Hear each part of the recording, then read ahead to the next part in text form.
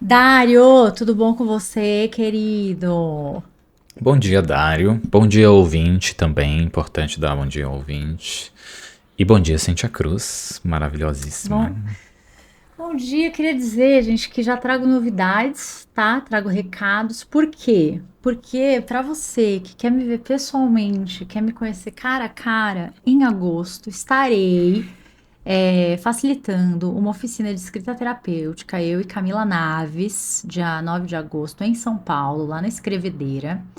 Que é um lugar assim propício para escrever, né? Um ambiente maravilhoso. As meninas lá têm cursos incríveis sobre literatura e tal. Vai ser uma manhã de sábado e a gente vai trabalhar, entender, né, o que que é a escrita terapêutica, como que ela pode te ajudar a se aprofundar no seu processo terapêutico. Se você não faz terapia, como se aprofundar na sua autoanálise, como é simples de fazer. Então a gente está criando, separando exercícios para vocês praticarem ali. Não precisa ser escritor, não precisa ter pretensão de ser escritor, não é nada disso. É só uma ferramenta para se conhecer melhor. E é isso. Quem quiser, entre em contato comigo ou pelo Instagram, nos canais aqui do Corajosamente, mas tem que ser rápido. Não são muitas vagas, né? Tipo, é presencial, então espero vocês lá. Sei que tem muita gente que escuta a gente quietinho, que a gente nem sabe. Se for de São Paulo, se quiser indicar, é isso. Teremos oficina de escrita terapêutica em agosto. Terá mais informações na descrição do episódio também. É só ir lá que você tem o que você vai precisar. E o episódio sai já um mês mais ou menos antes da escrita, então há tempo de você, ouvinte, reservar o seu lugar para ver esses cachinhos maravilhosos pessoalmente e abraçar Cintia Cruz, que o abraço dessa mulher é um abraço gostoso, então vá só para abraçar ela. Eu vim aqui só para abraçar, o resto é bônus. E ver como eu sou muito cheirosuda, gente. Vocês não têm noção. Agora, voltando para o nosso episódio de hoje, a gente vai falar sobre teorias da personalidade. Personalidade. Ah, ser cheirosuda faz parte da personalidade? Não sei, vamos discutir, vamos falar sobre isso. Ser implicante, impaciente, cri-cri, simpática, faz parte da personalidade? É isso que a gente vai conversar agora. Vou dizer que, já vou logo, foda-se, vou falar, faz parte da personalidade do brasileiro ser limpo, cheiroso, gostoso. E é isso, nem que não seja personalidade, não tem problema. Tá enraizado, cultura, é falta de exato. educação não ser cheiroso no Brasil, gente. Exato, banho em dia, pô, é um povo maravilhoso. Brasileiro, amo você, é um povo gostoso demais.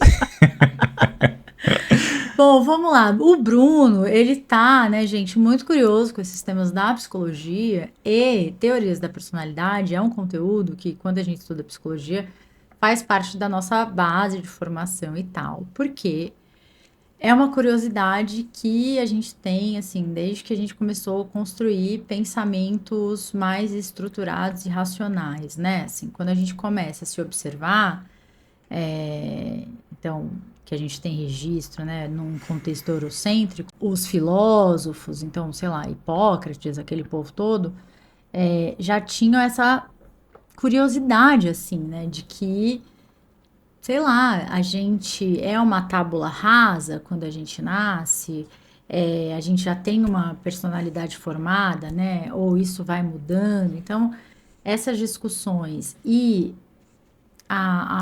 o observar as similaridades entre as pessoas, entre os perfis e começar a categorizar isso é uma coisa que está lá desde da Grécia Antiga. E na psicologia começou a tomar forma e ter uma cara mais de teoria mesmo estruturada lá no Freud, né? Finzinho ali de 1800, 1890. Então, 125 anos aí, 130 anos, porque depois outros teóricos foram se aprofundando nisso, mas tem um século aí de estudos e pesquisas, né? O do Freud é o que a maioria de nós já ouviu falar, né? Que é o id, o ego, o superego, e vem nessa parte. Não precisa lembrar a ordem, não precisa lembrar o que faz o quê, mas ele introduz essa parte. E o curioso disso é quando você fala da Grécia Antiga, já vinha nesse pensamento, né? Que até antes da gente começar a gravar, você mencionou no colérico, que vinha nessa parte da pessoa ter raiva e como que ela se sentia. Então já existia um jeito de identificar o comportamento das pessoas e tentar classificar em categorias, assim, né? Tinha primeiro, primeiro teve não dá pra falar que é uma teoria, né, gente? Assim, tinha um jeito de entender as personalidades baseada nos elementos: terra, água, fogo e ar. Então começou assim o rolê. Fulano é mais aterrado, não sei o que, o outro é fogo, blá blá blá, vinha nessa lógica. Depois teve o colérico, fleumático, melancólico e sei lá o que eu sempre esqueço. Que também eram, acho que são 4 ou 5, né? Não sei. Nessa linha também pensando que a gente tem coisas físicas, né? Então, fleumático, né? A gente tem coisas no nosso corpo, na nossa biologia, que faz a gente ser mais nervoso ou não. Na Ayurveda, eles até também separam assim, os tipos de corpo, que tem a ver com personalidade, que tem a ver com o que você deveria ou não comer, sabe? Tipo, então, essa coisa de olhar para o corpo, olhar como você funciona, tá aí desde sempre, né? Isso eu achei muito legal de estudar teorias, que apesar de existirem testes, a gente vai falar sobre os testes e tudo mais, né? Como a gente convive com as pessoas à nossa volta, a gente consegue ler a personalidade dela sem saber que a gente está lendo a personalidade, né? Você consegue saber, por exemplo, se o seu amigo é uma pessoa de confiança, que vai chegar no horário, se é uma pessoa que vai atrasar, se é uma pessoa que você pode contar, se é uma pessoa que sente raiva, dependendo. Isso. Exato, se é nervosinho, se é ansioso. Então, a gente tem na gente o radar e esse catálogo de personalidades sem nem saber que isso está acontecendo e sem nem aplicar nada, mas está ali. E a gente conhece isso porque a gente convive muito com algumas pessoas, né? E essas pessoas a gente consegue entender. E o que acontece com o tempo a gente vê esse comportamento, por exemplo, do nervosinho. Essa pessoa que eu conheço muito é nervosinho quando eu falo tal coisa. E aí, às vezes, a gente começa a ver outras pessoas que a gente não conhece muito bem e começa a aplicar essa mesma lógica de tipo, fala isso aqui, a pessoa fica nervosa porque a pessoa é nervosinha. Mas você nem conhece essa pessoa, mas a gente vai e aplica. E eu acho isso muito gostoso, estudando e descobrir isso, de pensar, a gente tem internalizado esse radar de personalidade, esse entendimento sem conseguir pôr em palavras, né? É só algo que a gente sente. E eu acho isso muito bom. Isso é muito bom porque todos nós temos, e isso tá ali na gente, a gente cresce e vai aprendendo.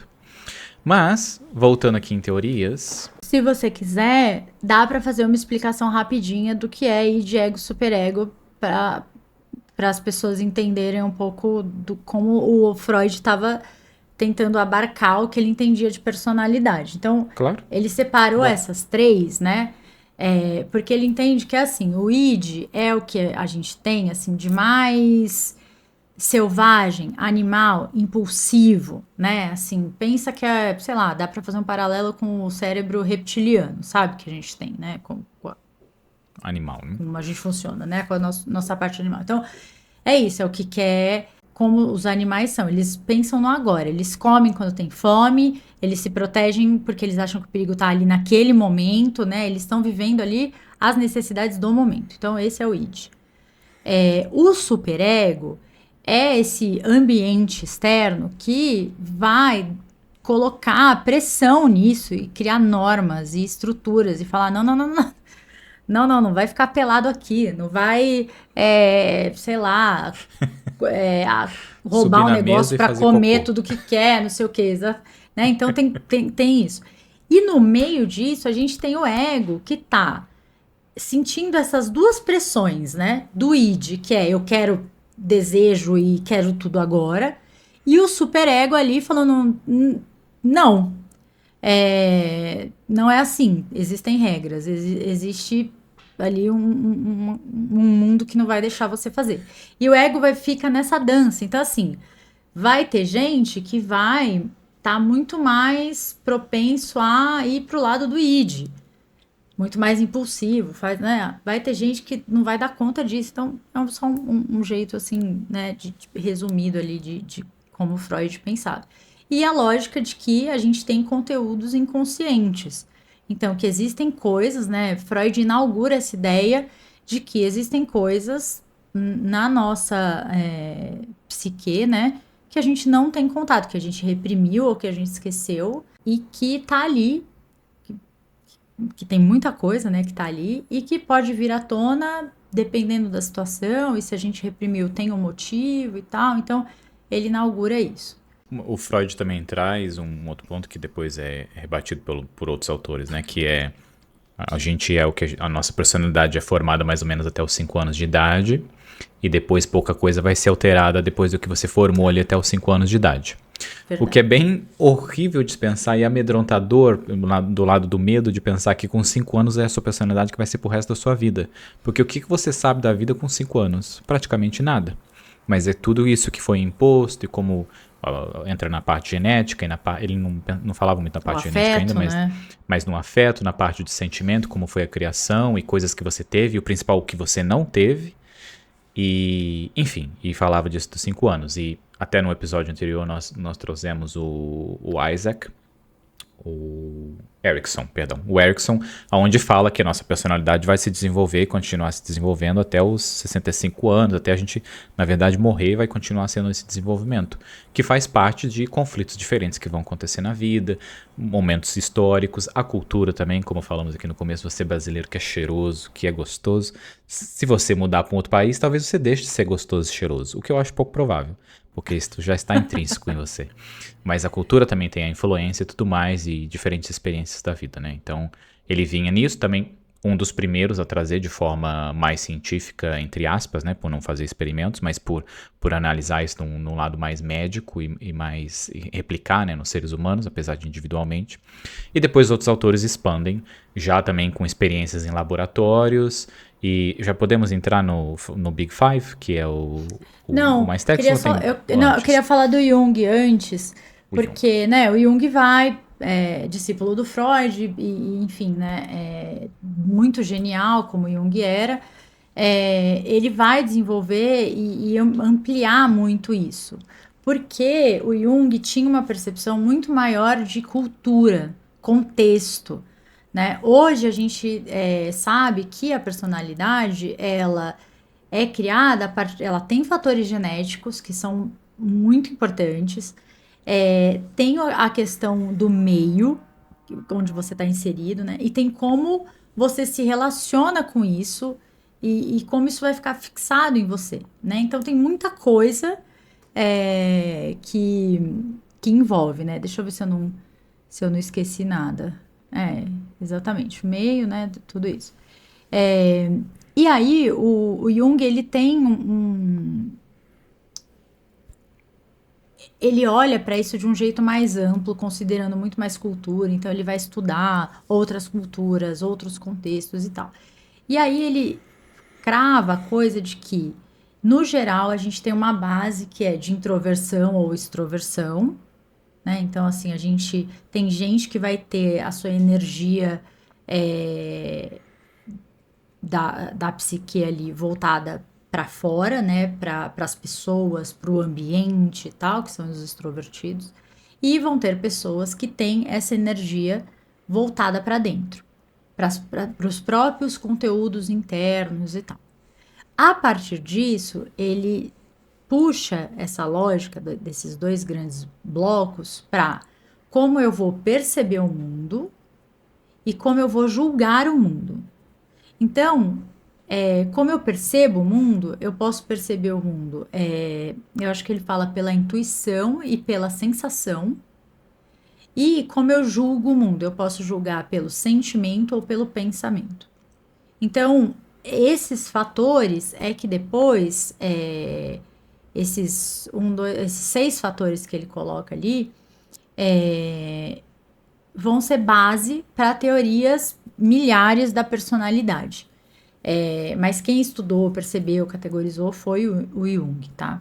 E falando nesses dois, um dos primeiros a olhar nisso como mais uma categoria mais ampla, né? Talvez eu vou dizer o nome, talvez eu vou errar quem foi o primeiro, então eu não vou falar o nome dele, porque eu acho que foi o Allport, que foi o primeiro a olhar, mas agora eu não tenho certeza. Foi o Allport, que bom, então tá certo.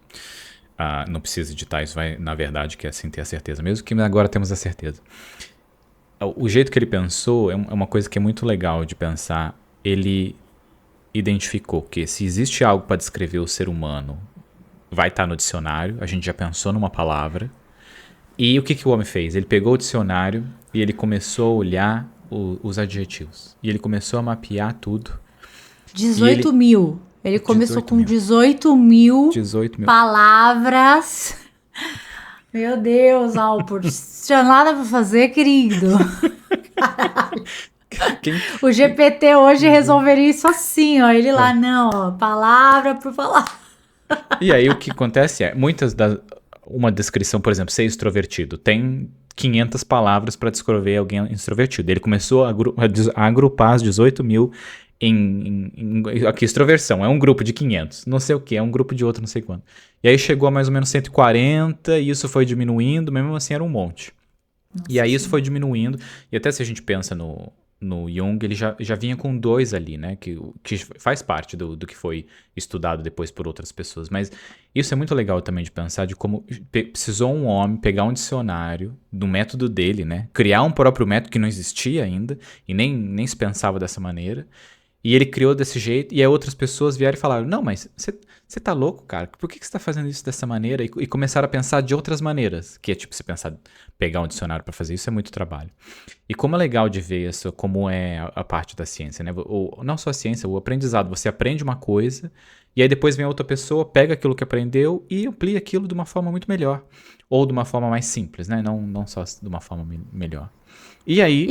E o lance do método mesmo, né? De criar o método, enfim. Sim, exato. É. E aí, entrando aqui no que é utilizado hoje, Big Five, que é um modelo que categoriza esses 18 mil, que foi diminuindo e agrupando entre ter mais positivo e mais negativo. E isso entra as 5 categorias, são abertura à experiência, Conscienciosidade. Obrigado. Conscienciosidade. Extroversão, amabilidade e neuroticismo, que é uma resumo de Ocean, a palavra O-C-E-A-N. E engloba essa parte dentro, né? Então, isso eu acho muito legal de pensar na extroversão, como era eu, um ser humano que fui tímido minha vida toda. Minha vida toda não, né? Que é minha vida toda. Fui tímido a maior parte da minha adolescência e começo da vida adulta. E achava que eu era uma pessoa completamente introvertida. E na verdade não era. Eu era uma pessoa extrovertida, recatada, do lar e não sabia que tinha essa extroversão dentro de mim. E como é essa parte do exemplo da extroversão, né? De como é... Não existe alguém que é completamente extrovertido e alguém que é completamente introvertido. E como diferentes ambientes também fazem a gente ficar mais introvertido ou mais extrovertido. Por exemplo, em ambientes em que eu estava com a minha mãe, eu ficava mais introvertido. Em ambientes em que eu estava sozinho, eu ficava mais extrovertido. E isso é muito legal de pensar porque até esse sentimento que eu vinha na minha cabeça era... Eu não sabia que existia essa diferença, que você podia ser mais uma coisa no ambiente, menos uma coisa em outro ambiente. E é muito legal de entender isso. E de entender como não é, vamos dizer, uma escala de 0 a 100. Aonde você varia ali em porcentagem, mais 30% mais extrovertido ou menos extrovertido e tudo mais. E isso classifica em todas as outras coisas. E eu acho isso muito interessante de como a gente é tanta coisa. E eu lembro o que eu me classificava eu era introvertido. E porque eu era introvertido, eu me comportava de certa maneira e achava que eu era assim. E aí eu tinha vergonha de falar com as pessoas e eu simplificava porque eu era introvertido. E não era por causa disso, era por causa de trocentas outras coisas. Mas aprender sobre extroversão e introversão, para mim, na verdade, foi algo negativo. Porque eu aprendi errado, aprendi que ser introvertido você é tímido, ou ser tímido você é introvertido, e vivi a vida dessa maneira. Porque hoje eu penso, que merda que eu vivi a vida assim, porque eu não sabia mais. E agora você, ouvinte que está ouvindo esse episódio, talvez saiba mais do que você sabia alguns minutos atrás. E isso é muito maravilhoso. Porque se a gente for pensar, né, na base do que é uma coisa, do que é outra, do que é introversão, do que é extroversão, é para onde a minha energia está direcionada, né? Então, de alguma maneira também é como eu me energizo nessas relações, né? Eu perco muita energia nisso, eu ganho muita energia e tal. Então, você pode ter uma pessoa que é extrovertida, mas que é tímida. Então, ela vai ter uma vontade de estar ali, de falar e tal, mas se ela tem outras questões, né, que podem impedi-la, mas o desejo está acontecendo. Então, quando ela está em grupo, ela não está lá dentro do mundinho dela, pensando nas próprias histórias e criando, Não, ela tá atenta às pessoas, ela tá com vontade de falar, mas ela não consegue, né? E quando você passa por um processo terapêutico, por isso que fazer um teste de personalidade por si só, eu não acho que é dar conta de tudo, né? Porque, tá, o Bruno entendeu que ele é extrovertido de base, mas ele vinha num contexto social, num ambiente que, né, não deixava esse lado dele acontecer. Então, como que ele vai criar estratégias comportamentais para dar conta disso? Para quando estiver no espaço com mais pessoas, porque ele aprendeu lá que quando ele estava no espaço com mais gente, a mãe dele dominava esse espaço. E ele não tinha que dominar, ficava na dele. Então, como que agora eu vou para esses lugares e eu vou dominar, não é uma boa palavra, porque você não precisa dominar, você ser o centro das atenções, né? Mas como que eu vou ocupar esse espaço também? Junto com as outras pessoas. Porque isso é importante para mim, porque isso me faz bem, porque eu me recarrego assim, né? Então, é, e aí eu acho que a gente pode parar agora para pensar, discutir um pouquinho sobre por que que a gente tem essa necessidade, já que antes da gente entrar nos testes, a gente falar do Big Five e tal, por que que a gente tem essa necessidade de categorizar a nossa personalidade, de se colocar numa caixa, de buscar esse padrão, né? Assim, de onde que vem, você acha, Bruno, essa necessidade, desde lá dos filósofos até hoje, né? O cara, 18 mil palavras lá, estudando, né?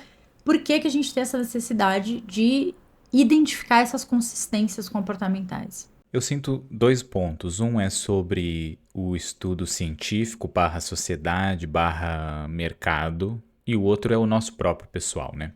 Então, quando eu penso no sociedade barra mercado barra trabalho, eu penso e sinto que existe, por exemplo, o começo da psicologia também, né? Essas categorização, esses métodos que eram criados. Tinham autores na época que diziam que eles podiam mudar a personalidade de alguém, sabendo a personalidade, que eles podiam mudar o comportamento. Teve um que cagou todos os filhos dele, os filhos dele todos se mataram porque ele colocou na cabeça dele que ele conseguia mudar o comportamento das pessoas e treinar do jeito que ele quisesse. Se você quiser ter um filho advogado, você vai ter um filho advogado. Se você quiser ter um filho médico, vai ter um filho médico. Só segue esse checklist aqui. E viu que não é isso, porque tem trocentos fatores que ampliam a vida, né? E eu vejo que o tentar categorizar é, de certa forma, o que a gente vê nas próprias empresas, né? Que existem outros métodos que não são tão científicos, mas que você tem o RH da empresa também com testes psicológicos, que é, você tem a personalidade que é mais adequada para essa vaga de trabalho? Mas quando você pensa só por esse lado, você exclui tantas outras coisas que um ser humano é. Porque o ser humano é muitas outras coisas. Ele trabalha diferente sob pressão, ele trabalha diferente dependendo de quem está trabalhando com ele, quem vai ser o chefe, quem vai ser as outras pessoas. Um teste é uma coisa muito simples para algo que é muito complexo. E o que é mais complexo? O que tem mais complexo do que um ser humano? Do que o que a gente pensa, o que a gente sente, o que a gente é. E aí, entrando na parte do nosso, saindo dessa parte de mercado, né? Que eu não quero falar sobre essa parte de mercado muito, porque é isso, é uma simplificação de algo que é muito complexo e não é possível uma simplificação assim. O nosso, eu sinto que é, de alguma forma, uma forma de tentar explicar quem a gente é. E também é uma busca para tentar entender como a gente melhora. Eu vejo como pessoalmente, por exemplo, eu lembro quando eu era mais novo, eu lia muito sobre trabalho, sobre carreira, sobre ser adulto e tudo mais. E eu lembro que o que eu fazia era, eu entendia quem eu era, e se eu quisesse ser uma outra pessoa, se eu quisesse ser essa outra pessoa mais velha, essa pessoa mais inteligente ou mais bem-sucedida, como eu precisava me moldar ou o que eu precisava aprender para ter esse outro comportamento, sabe? Para virar essa outra coisa. Então, eu me categorizava para tentar entender como eram outras coisas que eu podia pertencer. E claro, se eu me categorizar sozinho, estou fazendo isso errado, porque tem o subconsciente aqui, trocentas outras coisas que eu não sei como que funciona dentro de mim, porque eu sou uma pessoa e sou limitado a mim mesmo, ao que eu sei e ao que eu não sei. E essa categorização, na verdade, era uma tentativa de crescer, de tentar ser mais. E aí eu vejo que essa nossa, esse interno que nós temos tão gostoso de querer aprender, de querer ser maior, não pelo maior de ser mais rico ou maior por ser mais famoso ou algo assim, mas o maior por saber mais, por aprender mais, por ensinar mais. E essa categorização no meu ponto de vista, ajuda de alguma maneira você tentar entender pontos que você pode ser melhor e pode ser maior. Por exemplo, quando eu comecei a fazer terapia, eu não tinha a menor ideia de quem eu era. Eu achava que eu sabia quem eu era. E agora eu vejo que, tipo, eu sei um pouco e continuo sem saber um monte de coisa. E como é essa coisa dessa categorização para mim que não fazia sentido nenhum. De tentar me entender e me explicar para que eu me tornasse alguém que eu não era. Era essa busca de tentar ser alguém que eu não era, sabe? De ter o comportamento de alguém que não era. E a terapia, na verdade, o que me trouxe foi entender quem eu sou de uma forma melhor e me amar dessa maneira, sem precisar ser outra pessoa. E quando eu me amei mais e me tornei mais eu mesmo, eu fiquei maior ainda. E como é essa parte do ignorar dessa categorização, sabe? Mas eu fugi um pouco aqui da pergunta e volto aqui à pergunta. Não, tá maravilhoso. Eu acho que tem esse processo, como você falou, de autoconhecimento, tudo isso, e tem também essa necessidade de previsibilidade que a gente tem, né? Porque se você mapeia a personalidade, você também consegue mapear como a pessoa reage, né? Assim, como ela pode reagir, como ela pode decidir. E a gente falou das teorias da personalidade, a gente nem falou da astrologia, que também tá aí, ó, desde que o mundo é mundo, né? Que é também uma busca por dar uma estrutura. Não vem desse, né? Não vem da psicologia, mas é popular, é conhecido e também vem dessa busca da gente categorizar ali uma pessoa de cara, né? Quando você fala assim, Busca por eu sou controle, né? pisciano, né? Eu sou virginiana, não sei o quê. É como se você já estivesse entregando um mapinha seu, assim, ó, eu sou assim então, tá? Você já sabe mais ou menos aqui como é que eu sou, né? Porque também esse processo de se olhar, ele não é tão simples. Quando vem alguém de fora e fala, nossa, você é reativa para tal coisa, né? Ou nossa, como você é rápido para não sei o quê. É difícil a gente se olhar assim, né? Se tem alguém de fora que tá olhando para como você funciona, é, é outra história de como você. A sua intenção quando você se comporta de alguma maneira, ela tá encoberta. Ninguém sabe qual que é. Só que isso é percebido no mundo de alguma maneira. E às vezes a gente não tem, às vezes não, na maioria das vezes, a gente não sabe que impacto isso está gerando. Então, quando alguém fala assim, nossa, você é reativo, ou nossa, como você se abre em ambientes assim. Aí você fala, nossa, a pessoa tá lendo assim? Não era bem isso, ou era exatamente isso que eu queria comprovar e tal. Então, a gente tem, gente, necessidade de previsibilidade, né? Eu acho interessante na terapia, assim, quando eu falo alguma coisa do paciente, sei lá, quando eu afirmo alguma coisa sobre ele, né? Então, assim, porque você realmente tem esse comportamento, você realmente funciona assim, né? A pessoa faz uma cara tipo, eu funciono assim? Aí você Sim, vai e lista, aquele momento do terapeuta, né? Que traz uma lista. É porque você fez lembra assim, de tal assim, nos outros. situação, lá, a pessoa, nossa, é mesmo e tal, porque esse olhar de fora, tem força, né? Uhum. Então, quando alguém vem e fala, a extroversão é assim, a introversão é assado, a conscienciosidade é isso, o neuroticismo é aquilo, não sei o quê, não, você pode ir pra cá e pra lá. Você sabe essas respostas. Eu acho difícil alguém ler um teste, um MBTI, um Big Five, um DISC, sei lá, e falar, uau, meu Deus, tô chocada, eu não sabia que eu era essa pessoa. Só se você realmente tá num nível assim, muito raso de autopercepção. Mas na maioria das vezes a gente vai concordando, sabe? Tipo, você vê a pessoa, né? Eu já apliquei muito teste, você vê a pessoa falando, nossa, é verdade, eu sou assim mesmo, não sei o que, né? Só que o teste, ele aglutina tudo aquilo, né? Assim, ele já vem ali o seu livrinho, a sua apostilinha pronta. Ó, esse é você. E é claro, o teste de personalidade existe porque é comprovado cientificamente por trocentos mil testes e tudo mais. E ele tem um fator ali, né? Que voltando até lá o que eu falei no começo, que é quando você convive muito com alguém, você entende a personalidade daquela pessoa. Se ela é previsível, se ela é confiável, se ela é brava. Você entende aquilo. Um psicólogo que está começando com um paciente não convive tanto com o paciente para saber. Então, um teste ajuda, de certa forma, a entender como a pessoa vai se comportar. Porque, por exemplo, se no teste você faz e mostra que você é uma pessoa que você se irrita fácil, se o terapeuta já não percebeu isso nas sessões que teve, o teste vai ajudar a perceber isso. E o que significa é, quando você tiver momentos na sua vida em que acontecer determinadas coisas, o terapeuta vai saber que você vai se irritar por causa do resultado no teste.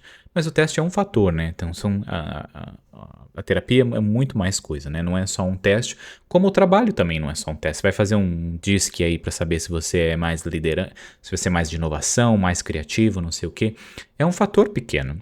Eu lembro quando eu fiz esse disco a primeira vez, me deu o resultado lá, e eu vi e falei, nossa, faz muito sentido o que deu aqui de resultado. Mas aí eu comecei a ler os outros negócios, dos outros resultados das outras pessoas e pensei, mas esses outros aqui também fazem sentido comigo, então como é que o que faz sentido comigo? É porque deu mais ponto naquilo, mas não quer dizer que eu não tinha os outros fatores também, que eu não tinha os outros itens. Sim, eu tinha um monte deles, só que eu era mais focado em alguns, mas os outros continuavam presentes, eram experiências que eu tive de vida e tudo mais.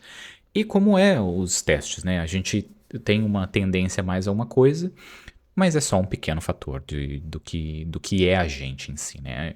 Eu acho que também é uma simplificação que volta no exemplo que eu disse, como eu achava que eu era introvertido, então eu vestia a máscara da introversão. Mas não era eu, porque eu sabia o que era ser introvertido e eu vivia aquela introversão que não era verdade. E eu acho que tem um fator perigoso também, de que se você for fazer um teste online ou pesquisar alguma das coisas que a gente está fazendo e der um resultado, aquilo não é você. E talvez você vai se Comprar aquela moldar, máscara. vai comprar aquela máscara e vai ficar vestindo ela. E de máscara a gente já tá cheio, não vista mais máscara, não vai fazer teste online, não vai descobrir que animal você é, não olhe para essas coisas. Ó, então assim, só pra gente fechar a questão das teorias, assim, dessas teorias dos traços, né? Porque vamos falar do Maslow. Pensando hoje, né? Porque você não precisa saber do 100 anos atrás. Hoje, a gente tem, o que a gente tem de testes que são validados cientificamente e reconhecidos por serem validados? O Ocean, que é o Big Five, os 16 fatores da personalidade, que acho que é do Cattell. Cattell, 16 Cattell. PF. 16 PF. E um que chama MMPI, que é mais voltado para diagnóstico clínico. Talvez você não vai fazer isso na empresa, um MMPI, tá? Então, esses são os validados ali. Agora, os populares, então, assim, pensando de uma maneira geral, né? O MBTI, que é baseado no Jung, o DISC, que também tem ali uma base no Jung, mas, enfim, tem umas outras coisas. Foi um outro cara que criou, enfim.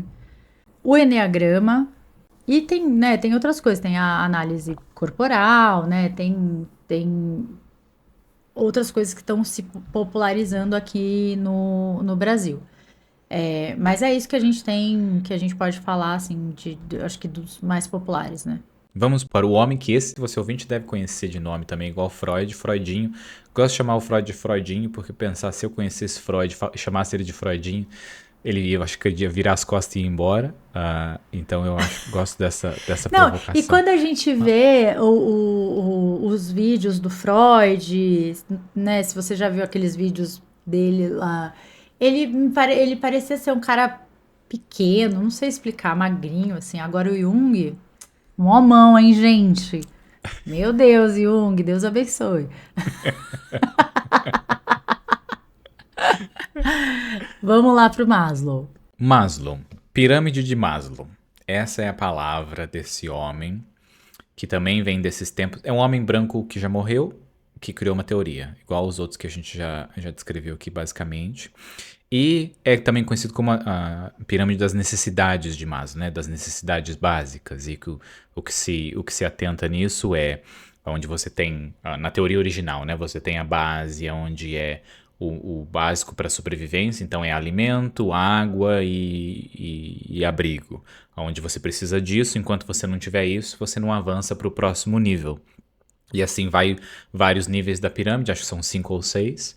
E aí o último, por exemplo, é a autorrealização, onde você tem autorrealização na carreira, no estudo e tudo mais, mas enquanto você não tiver o item de baixo dessa pirâmide, então, por exemplo, se você não tem comida, você não vai focar em nada mais. Você não vai estar pensando em propósito de vida. Exato. Qual é meu propósito? Você não tem nem o que comer, você não consegue pensar nessas coisas. Exato. A segurança é o segundo de baixo para cima, e depois você tem um relacionamento, por exemplo, o afeto, família, amigos e amor. Você não vai pensar nisso se você não tem alimento, você precisa do alimento. Claro que família e amigos tem outros fatores ali, né, que entra, mas enfim, na ordem dele.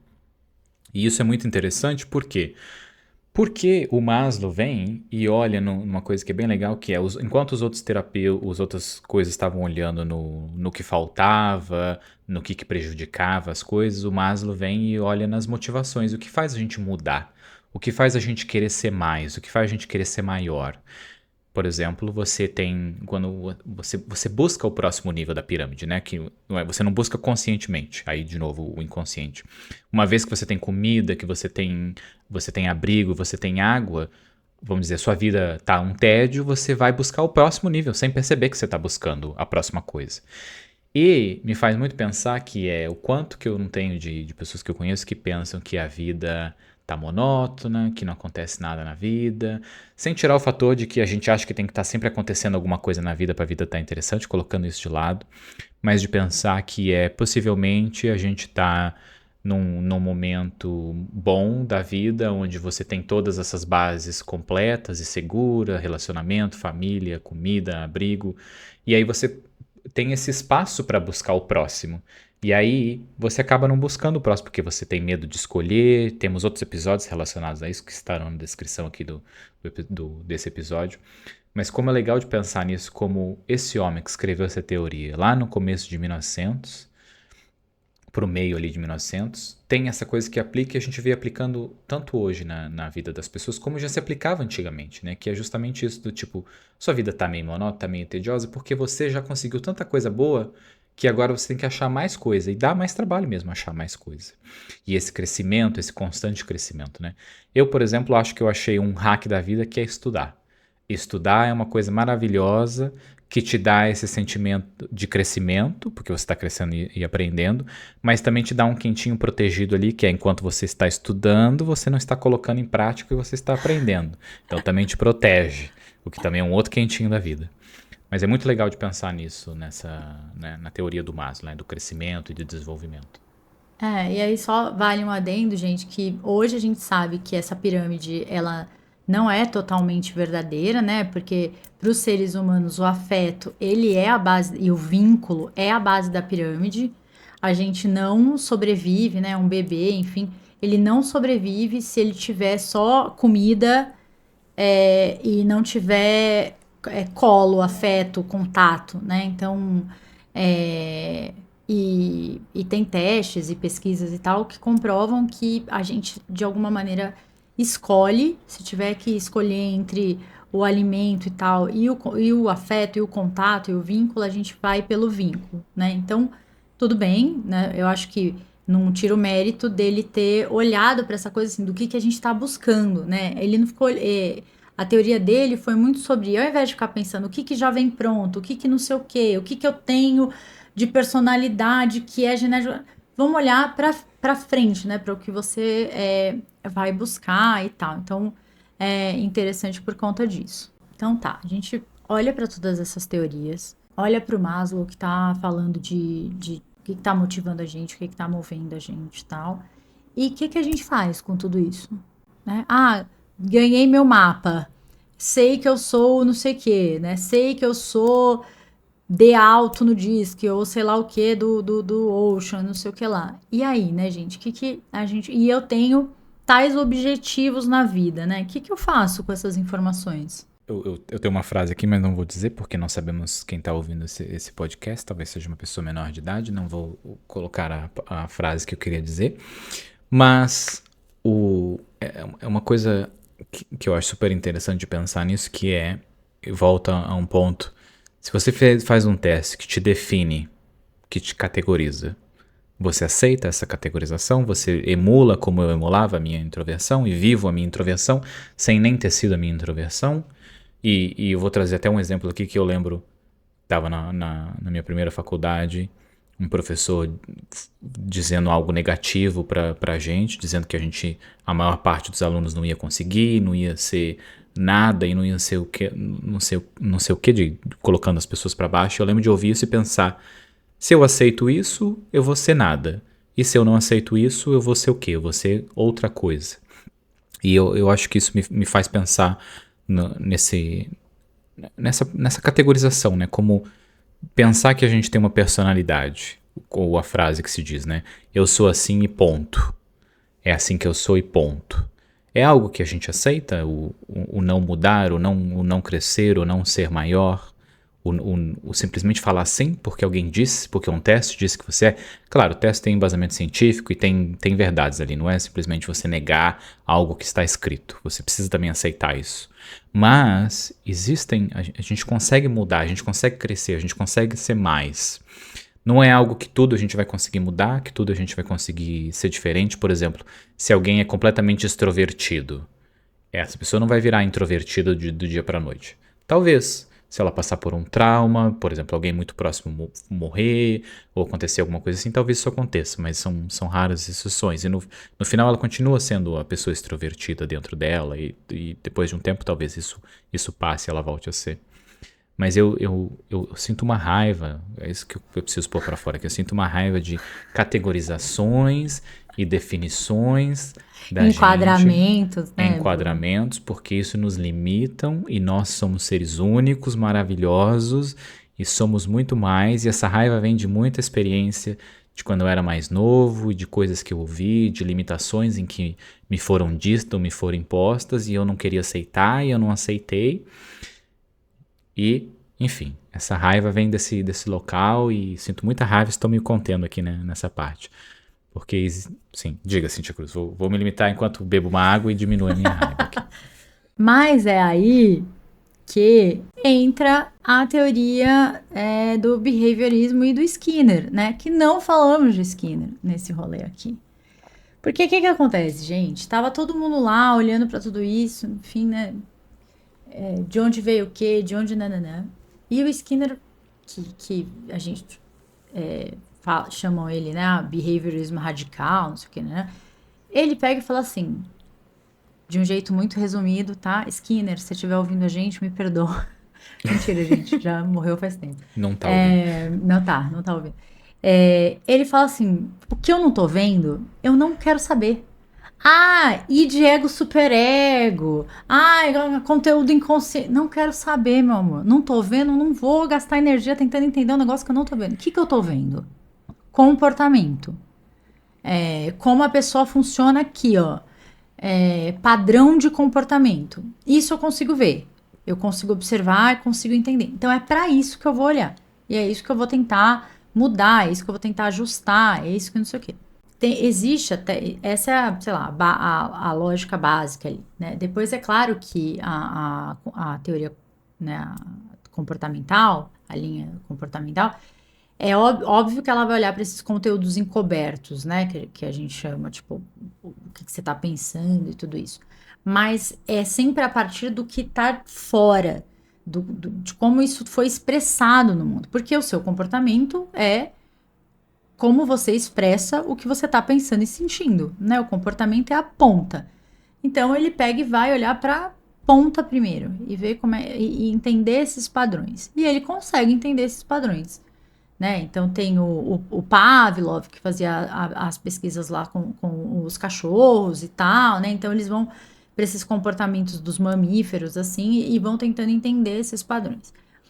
Por que eu trouxe o Skinner aqui, né? Porque eu acho que quando a gente recebe um teste e a gente entende como a gente funciona, a gente tá olhando para eu sou introvertido, extrovertido.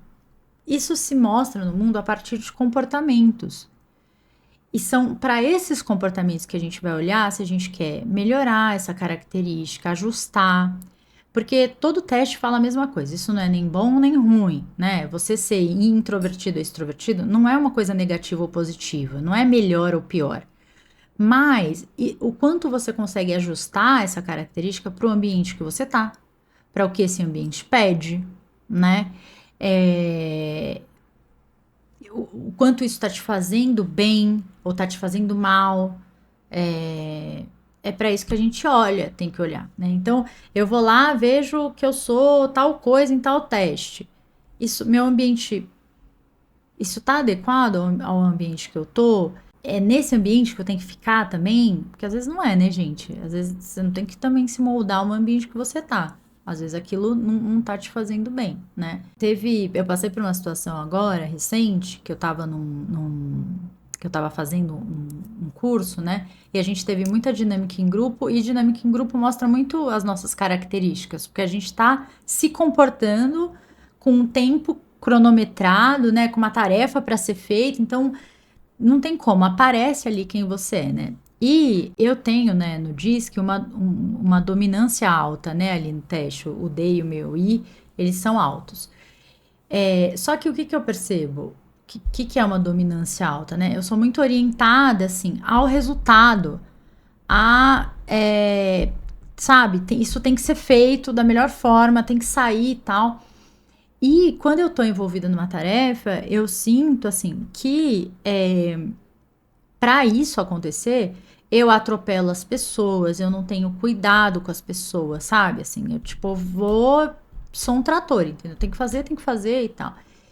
E lá na dinâmica, eu fiquei muito atenta, assim, qual era o meu sentimento daquilo e como as pessoas que não eram como eu faziam de um jeito diferente, sabe? Ou eram mais cuidadosas, ou estavam mais atentas a outras coisas e tudo isso. Então, eu fui coletando esses comportamentos pra usar depois, sabe? Assim, tipo, puta, isso foi legal. Isso, eu não é meu impulso fazer isso, sabe? Eu não teria feito dessa maneira, mas foi melhor, eu acho. Foi mais cuidadoso e tal, sabe? Então, eu não preciso abraçar essa dominância. Tipo assim, nossa, é porque eu sou assim, doa quem doer, é assim que eu funciono e tal. Eu tô vendo ali que para um trabalho em grupo, não adianta só você estar orientada pro resultado e sair atropelando todo mundo, assim, né? Não é assim que funciona. Então, o que que eu preciso ajustar, assim? Eu posso continuar orientada para o que eu naturalmente sou, mas ajustando algumas coisas, né? Porque a gente tem eu também tenho esse lado do cuidado, mas quando tem uma tarefa ali para acontecer, tipo, ele vai ficar em segundo plano para mim, sabe? Uhum. Então, sabendo disso, eu consigo numa próxima situação estar mais atenta para isso, né? Isso é uma coisa que eu acho muito maravilhoso, que me doeu aceitar isso na vida, porque eu era, vou dizer o que é, a gente precisa do outro pra crescer e pra saber mais sobre a gente, né? A gente precisa de Que testes, raiva, né, Que Bruno? raiva, Ai, que Cintia Cruz, que raiva, Cintia Cruz. Sozinho a gente não é nada. Esse é o ponto principal. Sozinho a gente não cresce, sozinho a gente não aprende, a gente não evolui e a gente também não ensina. Porque também aprender é para ensinar depois. E como essa parte do dinâmicas de grupo e como essas coisas fazem, principalmente a terapia, né? Fazem a gente observar coisas em nós que muitas vezes a gente não gosta, o que também é da raiva de ter o outro ali, porque mostra na gente algo que a gente não gosta na gente, mas a gente não sabe tanto assim. Mas nessa parte de dinâmica, nessa dominância em que você disse, principalmente, é um fator que geralmente é visto como tóxico, né? Dessa de você dominar o outro e não dar espaço e não ouvir. Como que a gente consegue, como você deu no seu exemplo, né? Saber que a gente tem uma característica que se a gente não tomar cuidado, a gente talvez vai machucar o outro, vai ferir o outro. E como a gente não precisa mudar, a gente só precisa estar mais disponível, estar mais aberto. E estar disponível e estar aberto é uma coisa que a gente tem que estar de qualquer maneira, porque é uma coisa que permite a gente crescer, a gente aprender, a gente ser maior. E não só nisso, né? Se você é uma pessoa que é completamente submissa, também existe um espaço onde você consegue aprender a dominar mais e a usar esse exemplo, né? Apesar de ser uma palavra forte de dominância e submissão, essas palavras, mas de você também conseguir se impor, de você conseguir dizer o que você quer, o que você não quer. Também existe esse espaço, né? O que a gente que a gente precisa simplesmente aceitar que somos dessa forma, né? Precisamos de ajuda sim para conseguir identificar em primeiro momento quem nós somos, porque como que você vai saber que você é uma pessoa submissa só por ouvir o outro? Será que você é realmente essa pessoa submissa ou será que você se coloca sempre em ambientes onde tem pessoas mais dominadoras e mais dominantes ou mais assertivas e por isso que você acaba sendo nessa posição? Uso o mesmo exemplo que eu trouxe da introversão aqui, onde eu achava que era introvertido e não era tão simples assim. Então existem esses outros fatores, né? E a gente precisa entender que é possível descobrir mais sobre a gente. É possível usar teste, usar amigos, usar podcasts, como está acontecendo aqui, que amplia o nosso conhecimento. E existem outros fatores também, né? O próprio viver, um dos exemplos aqui, o ser uma pessoa mais responsável. A gente acaba envelhecendo e vai ficando... Acaba envelhecendo, né? Todos envelhecemos. Felizmente, todos envelhecemos. E nos tornamos mais responsáveis, né? É uma coisa que vem com a idade. Quando a gente se torna mais velho, a gente se torna mais responsável, a gente se preocupa mais, a gente pensa mais em que algo... Quando era jovem ou adolescente, não se preocupava. Ou como eu dei o exemplo, quando se tem filhos, ou quando você consegue uma promoção ou algo assim, você acaba aprendendo coisas novas e se tornando maior, né? Sendo mais do que aquilo que você é. Volto a repetir, algo que me deu muita dor em aceitar, que sozinho a gente não é ninguém, que a gente não evolui, que a gente não aprende. Hoje amo que não sou sozinho. Isso eu odiava muito porque era a minha dificuldade de conhecer pessoas, também era uma coisa da minha personalidade, entre aspas, eu não sabia fazer amigos e não sabia criar relações. Então eu me sentia muito bem sozinho, achava que me sentia muito bem sozinho e que não precisava de ninguém. Mal eu sabia que eu detestava ficar sozinho tanto tempo e que gostava muito das relações com as pessoas. Apesar de não saber e não querer aceitar isso. Mas era o que eu tinha. E que é um excelente amigo também, né? E aí o mundo perdendo isso por sei lá quantos anos. Que pena. Você que fez colegial comigo, perdeu o Bruno, Nossa, que também não existia perdeu. naquele momento, que era o Bruno acolhedor. Que pena. Que pena! Ó, ai, Cíntia, gostei, quero fazer testes. Nananana. Gente, tem na internet esses testes que são mais Não faça, populares, não né? vai não fala isso, Cíntia. Ai, vai fazer, vai testar coisas, né? Tem, para quem gosta de outros caminhos, né? Tem astrologia, tem o enneagrama, sei lá, tem milhões de outras coisas, assim. Mas eu acho que buscar o autoconhecimento, ele é importante Sim. por qualquer caminho, né? Assim. E eu acho que eu tô tão focada nessa coisa de escrita terapêutica, porque eu acho que nesses últimos tempos, principalmente, assim, nesses últimos meses, escrever sobre essas coisas que têm acontecido comigo, que eu tenho sentido e tal, tem me ajudado a integrar muito mais essas coisas que eu tô entendendo, sabe? Assim, que eu tô percebendo e tal. Então, é um caminho eterno que a gente vai ter de se olhar, se conhecer e tudo. Para quem tá começando, um teste eu acho que é um mapa que, sei lá, pode ser um mapa que te ajude de cara, né? Assim, você não começa com uma folha em branco. Pelo menos você começa com um papel ali que você pode falar: isso eu não sou, isso eu sou, isso não tem nada a ver, isso faz sentido, isso eu nem sabia que eu era, mas tá falando que eu sou, então eu vou trabalhar melhor para ver isso na prática. Então, eu acho que é um jeito da pessoa não começar em branco. Não tem como fazer terapia. Você, sei lá, não tá caro, não tem dinheiro, não sei o quê, não tem tempo, lá. Talvez o teste te dê um direcionamentozinho ali, então, né, ajude de alguma maneira. Eu queria também fazer um ponto aqui agora, nessa época de inteligência artificial. O inteligência artificial não é para fazer teste, a inteligência artificial não vai usar para fazer terapia, não vai fazer teste com ela, vai perguntar nome de teste, e aí você vai e faz o teste. A inteligência artificial é feita para vomitar o que você quer ouvir, e é isso que ela é feita. Então ela vai te dizer o que você quer ouvir, é isso que ela é programada, pode te deixar feliz. Que bom seria se todo mundo fosse assim, vivesse a vida para me fazer feliz, seria maravilhoso. Todo mundo, por favor, vira inteligência artificial e me faça feliz o tempo todo. Isso que é inteligência artificial. Então não use para testes. Não usem. E também não use para terapia. Agora, se você quer ler sobre isso, se você quer aprender mais, se você quer saber mais sobre as teorias e tal, aí a inteligência pode ajudar nesse sentido. Então, você sabe, livros para iniciantes, né? Por onde começar, tá. Mas a gente queria trazer dicas de filmes para vocês olharem um pouquinho para isso, né? Eu não lembrei do filme ainda, Cintia Cruz. Eu tinha pensado num filme que era bom. Talvez na publicação desse episódio eu lembre e estará na descrição. Mas eu não lembro do filme que falava de personalidade. Enquanto você dá suas dicas, eu vou ficar... Tentando lembrar. Tá. Assim, eu não quero indicar um filme que fale sobre as teorias. Eu acho que a gente tem que ter esse olhar, quando a gente vai assistir um filme, uma série e tal, tenha esse olhar das personalidades, do que é mais escancarado em um, não é no outro e tal, porque quando a pessoa escreve o roteiro, né, o diretor, enfim, tudo isso é considerado também, né, as personas e tal. Nem falamos das personas, né, tudo bem, não dava tempo. Então, eu lembrei da série da... Ai, como é que ela chama? Mansão Mansão Hill. Hill? Mistério da Mansão Hill, não sei o que lá, da Mansão Hill. Isso. Parece ser uma série de terror, de suspense, assim. Tem gente que fala, eu morro de medo, não sei o que, né? Mas não vai com esse olhar, tá? Depois você vai entender tudo. Mas o que eu acho que é interessante? São vários irmãos que passaram pelos mesmos traumas.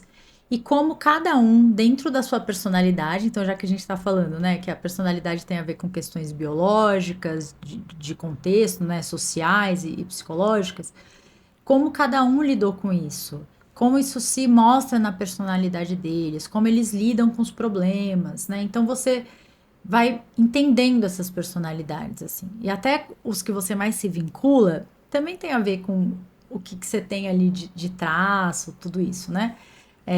Então eu queria deixar essa dica. Faz tempo que a gente não fala dessa série aqui. Agora, qualquer série, filme que tenha uma banda, que tenha equipes de trabalho, tudo isso a gente consegue observar essas personalidades acontecendo, por que as brigas acontecem, né? Porque um tá orientado para uma coisa, o outro tá para outra. Então é lógico que isso ia dar confusão. É normal. Enquanto você falava aqui, me fez pensar sobre a série Severance, da Apple TV. Que, se você pensar sobre personalidade, não é um Nossa, spoiler, sim. né? Mas é um fator que já mostra no primeiro episódio o que é o Severance.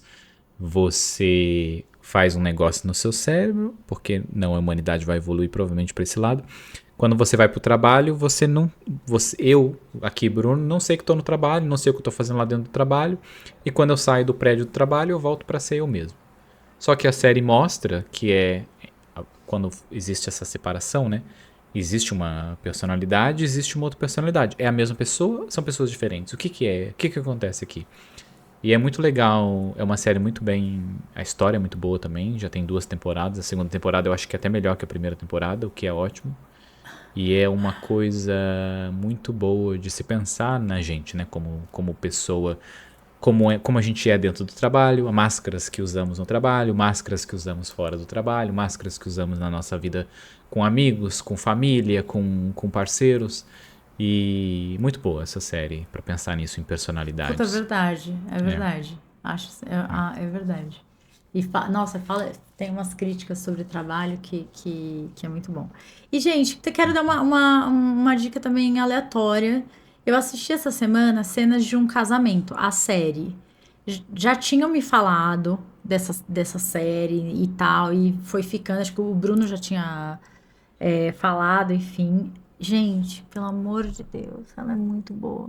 Meu Deus, essa série!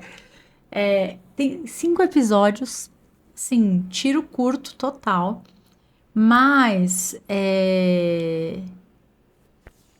não sei nem o que falar. A atuação, É. o jeito que é filmado, a crítica à questão de gênero que eles fazem, né, por conta dos papéis ali da esposa e do marido, é muito bom. É muito bom para quem, né, gosta de. É assim, gente, série cabeçuda, tá? Não é Round Six, né? São monólogos, assim, diálogos, quer dizer, gigantescos, assim, profundos, cenas desconfortáveis. É outro rolê, tá? Mas assim, amei. Indico muito. E são só 5 episódios, né? Então você Nossa. assiste. Quem tá acostumado a maratonar, você assiste em meio sábado. Não precisa nem do Não, sábado mas, todo, como um mas não, Stranger assim, Things, mas assim. não deu, não deu. Teve a gente, eu fui assistindo um episódio por dia, porque eles são longos, né? E aí teve um dia que o Lu falou, ai, cara, vamos pular hoje, porque assim, meu Deus, muito pesado esse negócio. Porque os diálogos, né, as coisas que vão acontecendo, assim, você fala, meu Deus. Enfim, muito bom, amei. Acho que é isso, então, ó. E, você falou essa série, me fez pensar. Agora tá vindo. Me fez pensar em mais uma rapidinho, que é Despachos de Algum Lugar. Ai, meu Deus, eu Também. amo! Sim, meu Exato. Eu Deus! preciso reassistir essa, porque ela tem umas coisas de personalidade. Você consegue ver como os personagens são diferentes um dos outros. Cara, é muito boa quando... É uma série meio psicológica também. As características são por causa de psicologia, de comportamento e tudo mais. Então você vê, por exemplo, o cara que é o principal, o jeito que ele se comporta, como ele é meio inseguro, como ele quer ser alguém que ele não é, como eu tava falando aqui no episódio. Ele quer ser mais do que ele é capaz de ser naquele momento. É uma série muito gostosinha, é super positiva. E é uma, e é uma música série boa. é uma série doidinha, não é pra você entender, entendeu? Vai acontecer um monte de coisa, você fala, cara, não tô entendendo nada com nada, negócio meio psicodélico. Embala, tá? Para de ser pé no Exato. chão, solta, deixa aí, entendeu? Quando você vê, você já tá lá, é muito boa, muito boa. É É isso? isso. Antes de terminarmos, queria dizer, você ouvinte, que é novo aqui, bastante pessoas novas aparecendo sempre, mande o seu review para nós. Se você ouve pelo Spotify, dê as 5 estrelas. Se for dar menos que 5 estrelas, não precisa dar estrelas. Se for no Apple Podcast também, o Apple Podcast pode escrever mensagem. Use os comentários, tanto no YouTube quanto no Spotify, estamos sempre vendo os comentários. No Instagram também. Eu Estamos adoro sempre quando vendo. vocês mandam mensagem lá no Instagram, fico super feliz. Inclusive, recebemos uma semana de alguém que disse que ama Cíntia Cruz e me incluiu também nesse amor, o que é muito Ai, gostoso receber amor de sim, pessoas. verdade. Bruno sendo Então pode mandar amado. mensagem, estamos sempre lendo elas. E quem quiser me ver pessoalmente, 9 de agosto, lá em São Paulo, com a oficina de escrita terapêutica, que vai ser linda. É isso. Todas as informações estarão na descrição, seja lá onde você estiver assistindo ou ouvindo, só ir na descrição que estará tudo lá. Beijo, gente. Até a próxima. Um beijo. Tchau, tchau. Tem que acabar com um beijo, tchau, tchau, né? Senão não acabou.